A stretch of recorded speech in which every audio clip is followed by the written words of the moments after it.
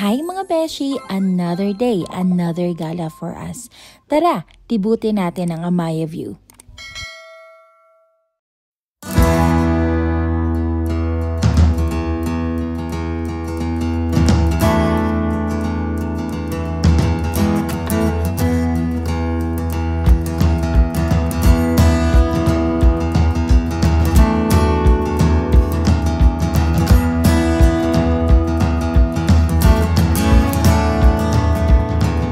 For today's video, I will share with you guys the part 3 of our Mindanao trip. Andito tayo ngayon sa Amaya View. At ang Amaya View ay isa nga sa mga pinaka-pinupuntahang lugar dito sa Cagayan de Oro. Dahil dito nga sa Amaya View, ang dami mong pwedeng gawin. Una na dyan, ang maka-close encounter ang naglalakihang koi na ito.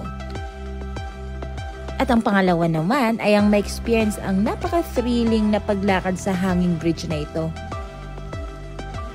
Matapos mong tawiran ng bridge, dadalhin ka nito sa Noah's Ark. You heard it right mga beshi, dito nga sa Amaya View, meron silang Noah's Ark. This spot here in Amaya View was inspired nga sa isa sa mga favorite Bible stories natin, wherein inside this big ark ay may mga animals din like snakes and birds. Aside from that, they also added stone and wooden figured animals like deers, turtles, zebras, giraffe, kangaroos, camels, at madami pang iba.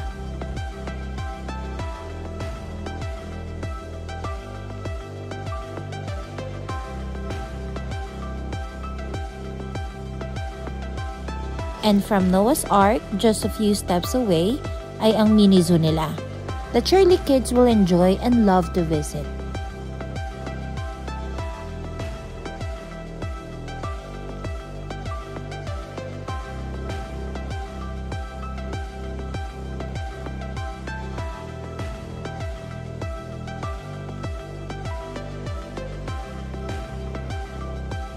Napaka-friendly and attentive nga ng mga staff dito. In fact, nagkaroon pa nga tayo ng chance sa mapakain ng cutie bird na ito.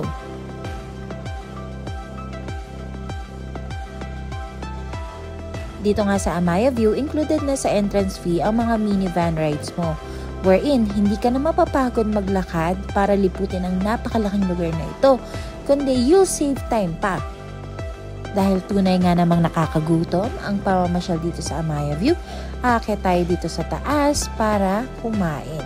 Hindi lang tiyan mo ang mabubusog, pati na rin ang mga mata mo. Dahil dito, makikita mo ang pinakamagagandang tanawin sa Cagayan de Oro. Syempre, matapos natin kumain, hindi pwedeng hindi tayo magsiswimming, lalo na may kasama akong chikiting. Kaya, tara na!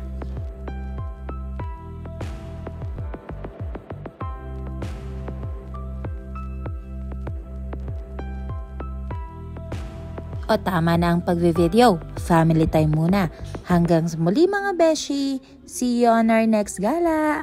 Thanks for watching. Bye!